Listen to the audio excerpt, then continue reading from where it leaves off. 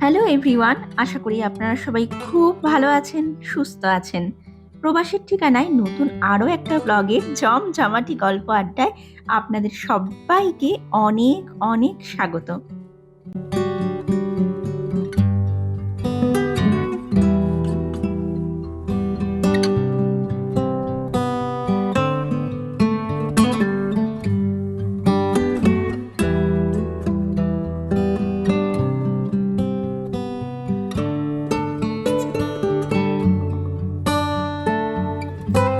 আজকে রবিবার, আর এখন বেলা ওই 12টা মতো বাজে। গতকাল আমার হাজবেন্ড যখন বাজারে গেছিল তখন 2 প্যাকেট পালং শাক নিয়ে এসেছিল, কিন্তু গতকাল এই পালং শাকগুলোকে আর রান্না করা হয়েছিল না। বাজার থেকে আনার পর ফ্রিজে ঢুকিয়ে রেখে দিয়েছিলাম। আসলে গতকাল একটু বাটার চিকেন, সর্ষে দিয়ে পাবদা মাছ আর ফ্রাইড রাইস রান্না করেছিলাম। আর ওই ফ্রাইড রাইসের সাথে শাকটা তো একদমই বেমানান হতো। তাই এই পালং শাকগুলো গতকাল আর আমার রান্নাঘরের কড়াইতে জায়গা না পেয়ে এদের জন্য জায়গা করে দিতে হয়েছিল আমার ঘরের ফ্রিজটাতে। তবে গতকাল যেহেতু অল্প করেই ফ্রাইড রাইসটা রান্না করেছিলাম, তাই যতটুকু যা রান্না করেছিলাম সেটা গতকাল আমরা সবাই খাওয়ার পর শেষ হয়ে গেছিল। তাই আজ সকালে একদম ওই সাদামাটা ভাতই রান্না করেছি। আর সেই কারণে ভাবলাম আজ তাহলে এই পালং শাকগুলোকে ফ্রিজ থেকে বার করে রান্নাটা করেই ফেলি। কারণ ফ্রাইড রাইসের সাথে পালং শাকটা মানানসই না হলেও দুপুরবেলা গরম গরম সাদা ভাতের সাথে পাতের এক পাশে বেগুন দিয়ে রান্না করা পালং শাক দেখতে এবং খেতে দুটোই কিন্তু বেশ ভালোই লাগে। আর এছাড়াও আজ সেরকম কিছু রান্না বান্না করার নেইও। আসলে গতকালের রান্না করা বাটার চিকেন এবং সর্ষে দিয়ে রান্না করা পাবদা মাছ দুটোই বেশ খানিকটা করেই পড়ে রয়েছে। তাই আরও ভাবলাম আজ তাহলে এই পালং শাকটা ফ্রিজ থেকে বার করে রান্না করেই ফেলি। আর এছাড়াও দেখবেন এই সমস্ত শাক পাতা বাজার থেকে কিনে আনার পর বেশি দিন ফ্রিজের মধ্যে ফেলে রাখলে টাটকা সতেজ ভাবটা কিন্তু আর থাকে না। তাই আজ শুধু এই পালং শাকটা রান্না করা হয়ে গেলেই রান্না বান্নার কাজ থেকে আজকের জন্য আমার ছুটি। আর এছাড়াও আজ শরীরটাও খুব একটা ভালো লাগছে না। গতকাল রান্না বান্নাগুলো একটু বেশি করে করে রাখাতে আজ একটা সুবিধা এটাই হলো যে আজ এই শরীর খারাপের মধ্যে বেশিক্ষণ আর এই রান্নাঘরের ভেতরে দাঁড়িয়ে থেকে আমার আর সময় নষ্ট করতে হবে না। আসলে গতকাল বিকেলের দিকে -21 ডিগ্রি তাপমাত্রার মধ্যেই গেছিলাম টরন্টো ডাউনটাউনের দিকের একটা শপিং মলে। ট্রেনে বা শপিং মলের ভেতরে তো বাইরের কনকনে ঠান্ডাটা একদমই সেরকমভাবে কিছু বোঝা যায়নি, কিন্তু রাস্তা দিয়ে ওই 10-12 মিনিট মতো হেঁটে স্টেশন পর্যন্ত পৌঁছতেই যেন অবস্থা পুরো খারাপ হয়ে গেছিল জানেন। চোখ দুটো বাদে বাকি পুরোটা শরীর সম্পূর্ণভাবে 2-3টে লেয়ার দিয়ে মুড়ে তারপরেই ঘর থেকে বেরিয়েছিলাম। কিন্তু তারপরেও যেন গতকালের ওই মারাত্মক রকমের ঠান্ডাতে রাস্তা দিয়ে ওই 10-12 মিনিট মতো হেঁটে যেতে যেতেই হাত পাগুলো বারবার করে অবশ হয়ে যাচ্ছিল। তাও যেভাবেই হোক কাঁপতে কাঁপতে শপিং মলেও গেছিলাম, কেনাকাটাও করেছি, খাওয়া দাওয়াও করেছি। কিন্তু আজ সকালবেলা ঘুম থেকে ওঠার পর থেকেই দেখছি গা হাত পাগুলো কিরকম ম্যাচ ম্যাচ করছে, গলাটাও হালকা ব্যথা করছে, মাথাটাও হালকা যন্ত্রণা করছে। মনে হচ্ছে গতকালের ওই ঠান্ডাটাই আমার শরীরের ভেতরে ঢুকে পড়েছে। এখন শুধু ভগবানকে ডাকছি এইটুকুর ওপর দিয়ে যেন আমার শরীর খারাপটা কেটে যায়, এর থেকে বেশি কিছু যেন আর না হয়, তাহলে খুব বড় মুশকিলের মধ্যে পড়ব। আর আমি যে গতকাল ওই কনকনে ঠান্ডার মধ্যে শপিং মলে ঘুরতে গেছিলাম সেই ভিডিওটা কিন্তু আমি অলরেডি আপলোড করে দিয়েছি। এখন আপনারা আমার যে ব্লগটা দেখছেন এর ঠিক আগের ব্লগটার মধ্যেই রয়েছে ওই -21 ডিগ্রি তাপমাত্রার মধ্যে শপিং মলে ঘুরতে যাওয়ার ভিডিওটা। আপনাদের মধ্যে যদি কেউ আমার ওই ব্লগটা না দেখে থাকেন বা কোনো কারণে মিস হয়ে গিয়ে থাকে, বা আপনাদের মধ্যে যদি কেউ আজ আমার চ্যানেলে নতুন হয়ে থাকেন, আপনাদের সবার জন্য আমি আমার ওই ব্লগটার লিঙ্ক এই ব্লগটার ডেসক্রিপশন বক্সে দিয়ে দেব। আপনারা তাহলে সেখান থেকে খুব সহজেই চেক করে নিতে পারবেন। আর হ্যাঁ, গতকাল আমি যখন শপিং করতে গেছিলাম, মানে আমার লাস্ট ব্লগটার শেষে গিয়ে আমি আপনাদেরকে বলেছিলাম যে আমি কি কি কেনাকাটা করেছি সেই সব কিছু আমি আপনাদের সাথে আমার নেক্সট ব্লগটাতে শেয়ার করব, যেটা হচ্ছে আজকের এই ব্লগটা। কিন্তু গতকাল টুকটুক করে কিনতে কিনতে বেশ অনেক কিছু কিনে ফেলেছি এবং সেই সব জিনিসগুলো দেখাতে গেলে আমাকে সেগুলোর ওপরেই শুধু আলাদা করে একটা ব্লগ বানাতে হবে। আর এছাড়াও যেটা আপনাদেরকে আমি একটু আগেও বললাম যে আজ আমার শরীরটা খুব একটা ভালো লাগছে না। তাই আজকের এই ব্লগটাতে সেই সব জিনিসগুলো আপনাদেরকে আর দেখাতে পারলাম না। হোপফুলি আমার নেক্সট ব্লগটাতে আমি গতকাল শপিং মলে গিয়ে কী কেনাকাটা করেছি সেই সব কিছু আপনাদের সাথে শেয়ার করতে পারবো। অর্থাৎ আমার নেক্সট ব্লগটা পুরোপুরিভাবে হতে চলেছে একটা শপিং ব্লগ। তবে হ্যাঁ, গতকাল শপিং মলে গিয়ে কী কেনাকাটা করেছি সেই সব জিনিসগুলো না হয় আমি আমার আজকের এই ব্লগটাতে আপনাদেরকে নাই বা দেখাতে পারলাম। কিন্তু আজ আমি আপনাদেরকে একটু পরে দেখাবো একটা স্পেশাল জিনিস, যেটা আমি ১ সপ্তাহ আগে অ্যামাজনে অর্ডার করেছিলাম এবং আজ একটু আগে সেই জিনিসটা ডেলিভারি করে দিয়ে গেছে। আর সেই জিনিসটা ভীষণই দরকারি একটা জিনিস। স্পেশালি আমরা যারাই এরকম শীতপ্রধান দেশে থাকি এবং হাড়ে সূঁচ ফোটানো ঠান্ডার মধ্যেই যাদের বাইরে বেরোতে লাগে, তাদের জন্য সেই জিনিসটা ভীষণই উপকারী এবং দরকারি একটা জিনিস। দাঁড়ান, শাকটা তো এদিকে মোটামুটি রান্না করা হয়েই গেছে। এরপরে ড্রয়িং রুমটাকে একটু ভ্যাকিউম দিয়ে পরিষ্কার করে নিই, মানে ওই হাতের কাজগুলো আগে একটু শেষ করে নিই, তারপর আপনাদেরকে দেখাচ্ছি যে কি সেই জিনিসটা। তবে সেই জিনিসটা আপনাদেরকে যখন দেখাবো, আপনাদের মধ্যে অনেকেই হয়তো সেটা দেখার পর সেই জিনিসটা সহজেই চিনে যেতে পারেন বা সেই জিনিসটার ব্যাপারে আগে থেকেই জেনে থাকতে পারেন। আবার অনেকেই হয়তো আমার আজকের এই ভিডিওটা দেখার পর সেই জিনিসটার ব্যাপারে প্রথমবার জানতে পারেন। তো যারা জানেন না, স্পেশালি তাদের জন্যই কিন্তু আমি আমার আজকের এই ভিডিওতে ওই জিনিসটা আপনাদেরকে দেখাবো, যাতে যারাই আমাদের মতো শীতপ্রধান দেশে থেকে রোজকার জীবনে নিয়মিতভাবে শীতের সাথে যুদ্ধটা চালিয়ে যেতে হয়, তাদের এই জিনিসটার ব্যাপারে জানার পর কিছুটা হলেও যাতে উপকার হয়। এমনকি আমি নিজেও ৫ বছরের বেশি হয়ে গেছে এই কানাডাতে রয়েছি। কিন্তু এই জিনিসটার ব্যাপারে আমি গত বছরের ওই মাঝামাঝি সময়ে জানতে পেরেছি। কিন্তু তখন এখানে গরমকাল চলছিল দেখে ওই জিনিসটা তখন আর কিনিনি। আর তারপরেও আজ কিনবো, কাল কিনবো এই করে আর কেনা হয়ে উঠছিল না। কিন্তু গত কয়েকদিন ধরে এখানে কন্টিনিউয়াসলি এত মারাত্মক রকম ঠান্ডা চলছে যে এইবারে আর এক মুহূর্ত সময় নষ্ট না করে অ্যামাজনে ২-১ দিন ধরে একটু খোঁজাখুঁজি করে শেষ পর্যন্ত ১ সপ্তাহ আগে জিনিসটার অর্ডার প্লেস করে দিয়েছিলাম। আর আজ সেই জিনিসটা ঘরেও চলে এসেছে। তবে জানেন, ক্যানাডাতে গত ৫ বছরে এই বছর প্রথমবার আমি এরকম দেখলাম যে এখানে গত ৮-১০ দিন ধরে কন্টিনিউয়াসলি একরকম টেম্পারেচার চলছে। মানে ওই -১৬ ডিগ্রি থেকে -২৩ ডিগ্রি, -২৪ ডিগ্রি এর মধ্যেই তাপমাত্রাটা ঘুরছে। এর কোনো উন্নতিই হচ্ছে না। তাপমাত্রাটা ওপরের দিকে তো উঠছেই না, উল্টে যত পারছে নিচের দিকেই নেমে চলেছে। কিন্তু ক্যানাডাতে সচরাচর এই ব্যাপারটা কিন্তু দেখা যায় না। এখানে টেম্পারেচার প্রচণ্ড রকম ফ্ল্যাকচুয়েট করতে থাকে। দাঁড়ান, ড্রয়িং রুমটা এদিকে মোটামুটি ভ্যাকিউম করা হয়ে গেছে আর ওই পাশে বেডরুম দুটো তো সকালের ব্রেকফাস্টের পরই ভ্যাকিউম করে দিয়েছিলাম। মোটামুটি হাতের কাজ এখন শেষ। এখন গিয়ে ওই পার্সেলটা নিয়ে আসি।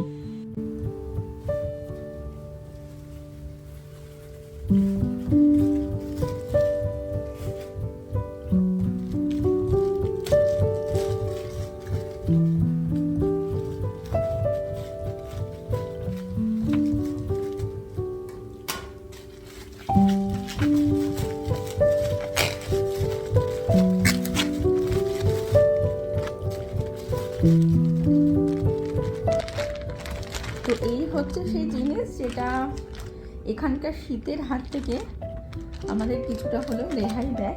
মানে প্রচণ্ড শীতের হাত থেকে, কনকনে শীতের হাত থেকে আমাদের কিছুটা হলেও রেহাই দেয়। তো এতদিন আমি এই জিনিসটা কিনিনি, মানে আমি গত ৪-৫ বছর, হ্যাঁ ৫ বছর তো হয়েই গেছে আমি ক্যানাডাতে রয়েছি, কিন্তু এই জিনিসটা ব্যাপারে আমি আমি নিজেকে বোকা বলবো না কি বলবো আমি জানি না, বাট এই জিনিসটার ব্যাপারে আমি গত বছরই জানতে পেরেছি যে এরকম কিছু জিনিস আছে যেটা এখানে যে প্রচণ্ড রকম শীত পড়ে তার থেকে বেশ কিছুটা রেহাই দেয় আমাদের পা দুটোকে। অ্যাকচুয়ালি পা দুটো রেহাই পায়, কারণ এটা হচ্ছে একটা লেগিংস, কিন্তু এটা কোনো নর্মাল লেগিংস না, এগুলোকে বলে ফ্লিস লেগিংস। এক মিনিট, আমি ক্যামেরাটা একটু দূরে নিই, তাহলে আপনাদেরকে ঠিকভাবে বোঝাতে পারবো। এই যে, তো এগুলো যে লেগিংস, নর্মাল লেগিংস আমরা যেগুলো দেশেও দেখে থাকি বা এখানেও পাওয়া যায় সেই লেগিংসগুলো, কিন্তু এই লেগিংসগুলো কিন্তু তার থেকে একটু আলাদা। এগুলোকে বলা হয় ফ্লিস লেগিংস।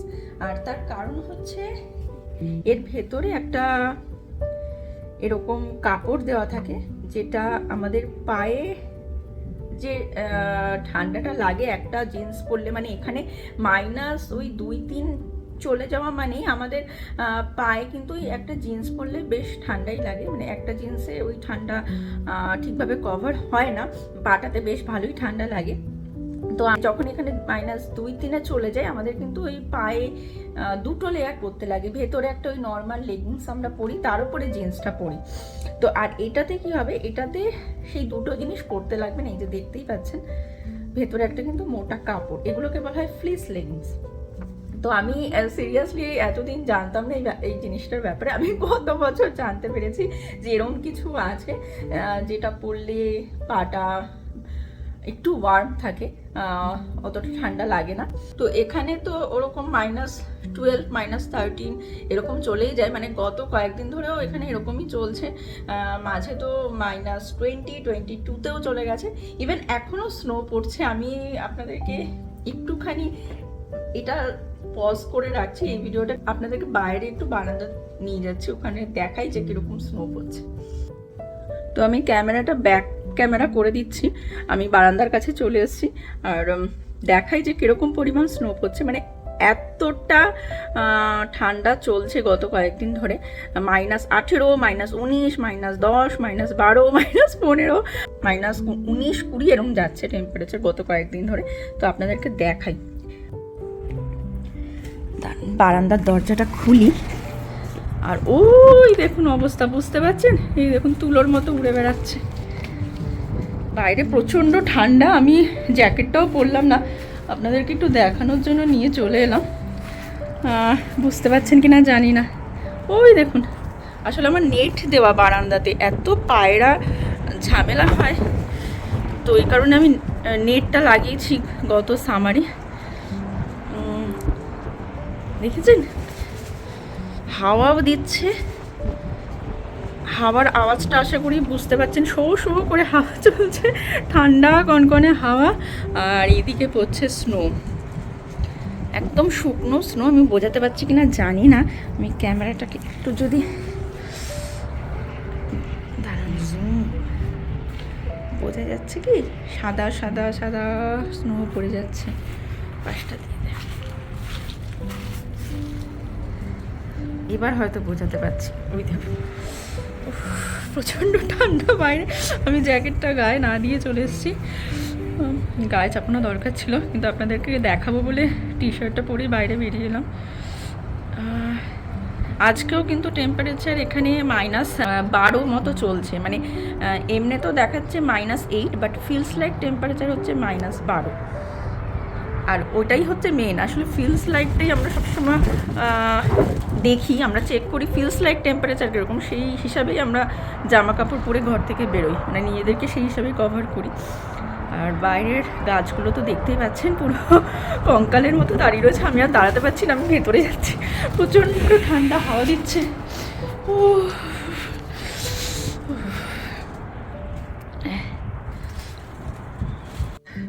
প্রচণ্ড ঠান্ডা হাওয়া দিচ্ছে, আমি দাঁড়াতে পারছি না, আমি ভেতরে চলে যাচ্ছি।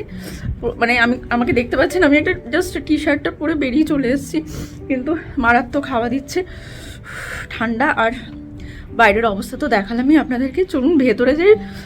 ওই লেগিংসটা, অ্যাকচুয়ালি ফ্লিস লেগিংসটা আমার পরে আসা দরকার ছিল, আমার হাত পা পুরো ঠান্ডা হয়ে যাচ্ছে। ভেতরে যাই চলুন। তো দেখলেনি বাইরে কিন্তু এখন রীতিমতো ভালোই স্নো পড়ছে, তবে হয়তো থেমে যাবে, কারণ ওয়েদার ফোরকাস্টটা দেখাচ্ছে যে বেশিক্ষণ হবে না স্নোটা, কিছুক্ষণ পর হয়তো থেমে যেতে পারে, হবে 1 ঘন্টা হবে, হয়ে হয়তো বন্ধ হয়ে যাবে। তো যেটা দেখাচ্ছিলাম, তো এই লেগিংসগুলো ভীষণ হেল্প করে। এই যে আজকেই যেমন বললামই -8 টেম্পারেচার, কিন্তু ফিলস লাইক কিন্তু -12 মতো মানে রয়েছে। তো এইসব ফ্লিস লেগিংসগুলো এই ঠান্ডায় ভীষণ কাজে দেয়, মানে পাটা একটু একটু ওয়ার্ম রাখে, কারণ ভেতরে এই যে দেখালামই মোটা একটা কাপড় থাকে।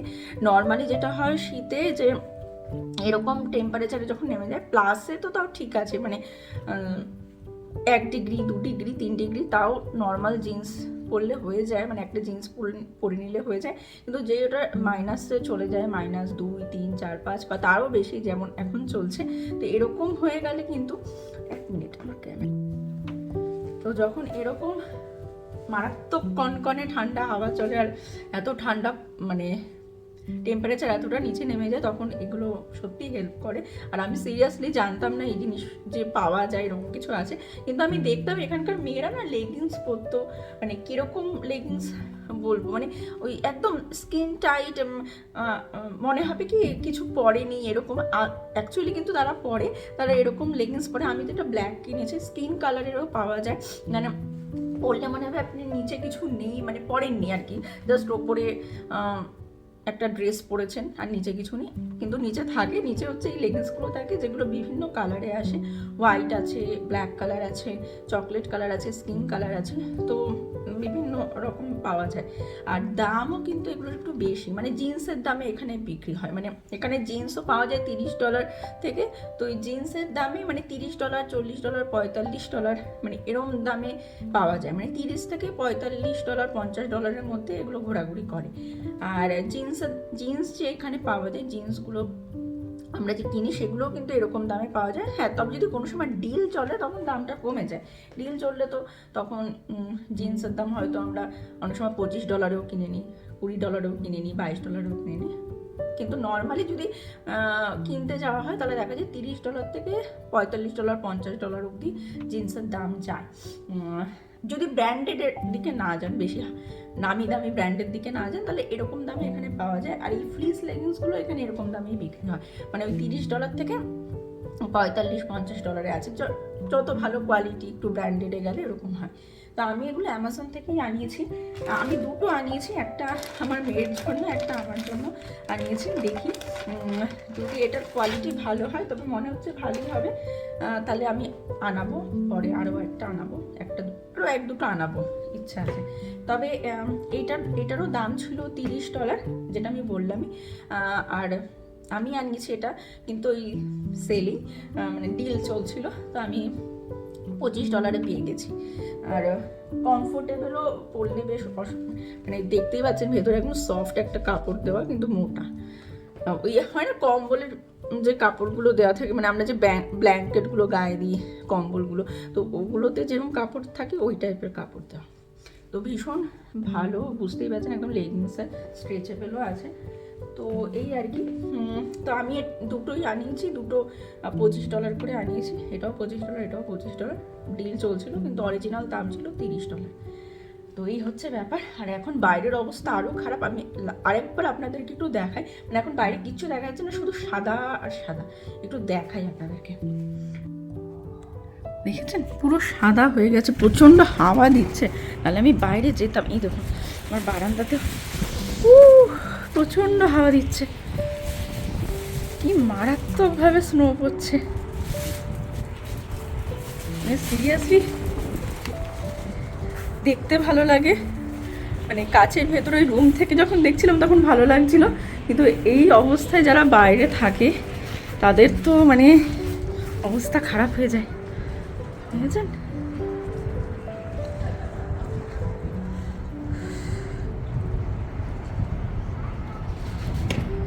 অবস্থা খারাপ।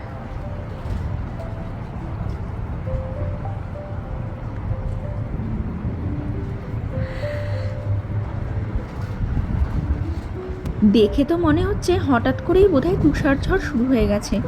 আপনাদেরকে আমি আগেও আমার কয়েকটা ব্লগে বলেছিলাম না যে এখানকার ওয়েদারের পুরো মাথা পাগল, কখন যে কি হয় তা বোঝা খুব মুশকিল। তার একটা নমুনা আজকেই দেখতে পেলেন তো, এই হচ্ছে এখানকার ওয়েদার। সকাল থেকে বেশ ভালোই ছিল, হঠাৎ করে কি হয়ে গেল আপনারাও এখন আমার সাথে দেখুন।